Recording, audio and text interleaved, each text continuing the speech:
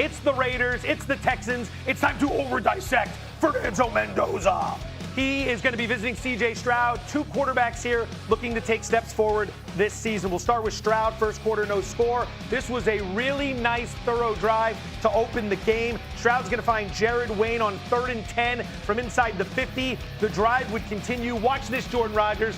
3rd and 4, a little shake and bake. Oh, I love it. Using his mobility, finding a receiver late. He looked like he was in command, and he looks like he's got some of that confidence back. Let's get the ground game going, Woody Marks. That'll help. All the way. Raiders are not going to enjoy watching that tape in the morning. 7-0 Texans.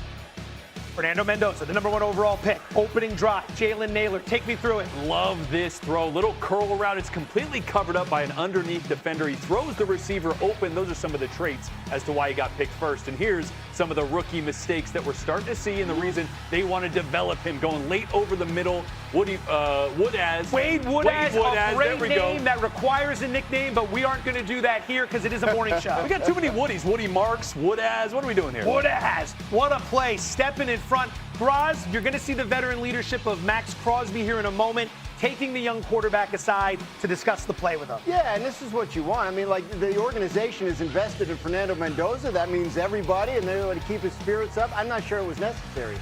Next drive. Spirits are up. Yeah, I don't know if you can bring that guy's spirits down. He's like Buddy the Elf. Mendoza sitting in the pocket, coming off the sack here. He's going to find Malik Benson. Rodgers, this is the resilience we saw so often at Indiana. Yeah, after that interception, I think he completed 6 passes in a row, so came back confident, finding Benson there. Great anticipation throw.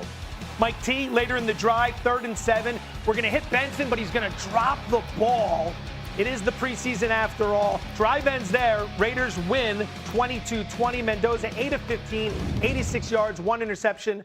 So let's talk about it. Jordan Rodgers, I'm going to start with you through the quarterback size. What did you see from Fernando Mendoza in his second preseason start? Well, I think we saw some of the traits as to why he got drafted, right? The processing, how quickly the ball comes out of his hands. But I think we also saw that he needs to get a little more comfortable with what open actually looks like in the NFL. It's very different than college football. I think on that interception specifically, we'll break it down later. He had 2 chances to throw to guys that in the NFL, we call that open. In college, yeah, you move on and you try to make a play. But those are the things you saw in Mendoza. He's looking downfield, trying to hit something, throws back over the middle late. There's multiple rookie moments within this one play. Not staying in the pocket as well led to feeling like he had some pressure. So these are great, though.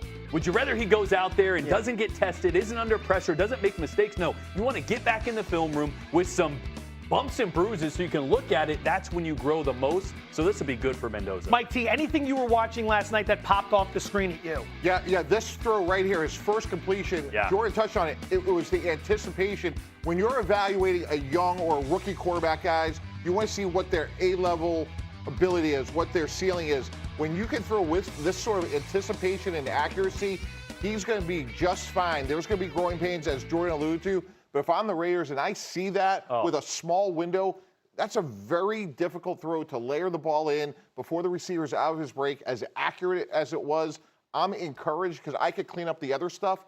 Very few quarterbacks can make that throw. And real quick, think about it. How many times did we see him last night under center doing deep play actions? He never did that in college. And I mean never. He only had a couple snaps in his entire career under center. We even saw under center 7-step drop. I haven't seen that since the mid-1980s, essentially, in the NFL. So they're asking him to do things that he hasn't really done, and there's still flashes of the brilliance. Yeah, 5 snaps from under center in his college career. Yeah. He had 4 last week in the preseason game. To Mike T's point, you see the A-level performance. You see why he was drafted first overall. You also see a lot of what he still has to work on. So you come away from the Raiders' preseason games, either one of them at this point, you know why they took him, and you know why they're going to start Kirk Cousins week 1, because he has more to do.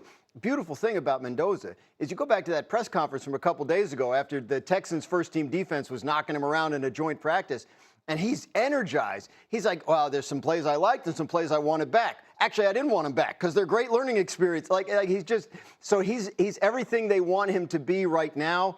That does not include being their week 1 starter, but that's fine. Tom Brady is I don't know if he's running the organization. He's a high-level decision maker in that organization. He's been vocal about rookie quarterbacks being ruined by playing too soon. This guy is not going to play right away, and you can see what it is that they still need him to do. And to that point, Graz, like when you speak to people around the league, people are fascinated by the Tom Brady impact on this. Yeah. Jordan and I were talking about, is Fernando Mendoza going to be number 2, or is it going to be Aiden O'Connell? So, again, quarterbacks are ruined before they're developed. It's really going to be interesting to see when Fernando Mendoza plays. Is it after Thanksgiving? Does Kirk Cousins get hurt? Does he go in sooner? It's a very fascinating dynamic because clearly Tom Brady has a long-term plan, and it'll be interesting to see if they stick to it. Marcus, go ahead. I believe that one of the reasons, other than just get him experience, that they're putting him in against the Texans defense in joint practice to find that out. Can he be our backup, or would we need to go to Aiden O'Connell if Kirk Cousins got hurt in September? I think that's part of what the Raiders are trying to figure out right now. And I think right now you saw that he should be 3 right now, which is okay. Fernando Mendoza should not step on the field until he is ready, not because Kirk goes down, not because they start 1-5. If it's early and they need a quarterback, Aiden O'Connell should be that guy right away. And then whenever it is that Mendoza is ready because of him, you go to him. You're in a division with Mahomes, with Herbert and the Chargers who are loaded up, with the Broncos who are coming off, a 14-win season? Yep. There's no rush. Yep. The Raiders haven't won a playoff game since Rich Gannon. There's no rush. Wow. On the other side, a little bit more of a sense of urgency with C.J. Stroud and the Texans, given the defense they've put together and the offense that didn't come through last season. What's at stake for Stroud this year? His long-term future in Houston. He's got 3 years in, which means he's eligible for an extension, and he didn't get one. The Houston Texans are a team that is as aggressive as any team in the league in terms of doing veteran extensions with their stars as soon as they can. The fact that C.J. Stroud doesn't have one yet indicates that the organization wants to see more from him. The way last season ended was unacceptable. His performance, honestly, in both playoff games, even the one they won, it needs to be better. They believe they've built, obviously they have the defense. They believe they've built a group around him to help him succeed. They have had one of the worst, if not the worst, run games in the league over the first 3 years of C.J. Stroud's career. You saw Woody Marks. You didn't see David Montgomery. They feel like they've put together a real run game for him this year.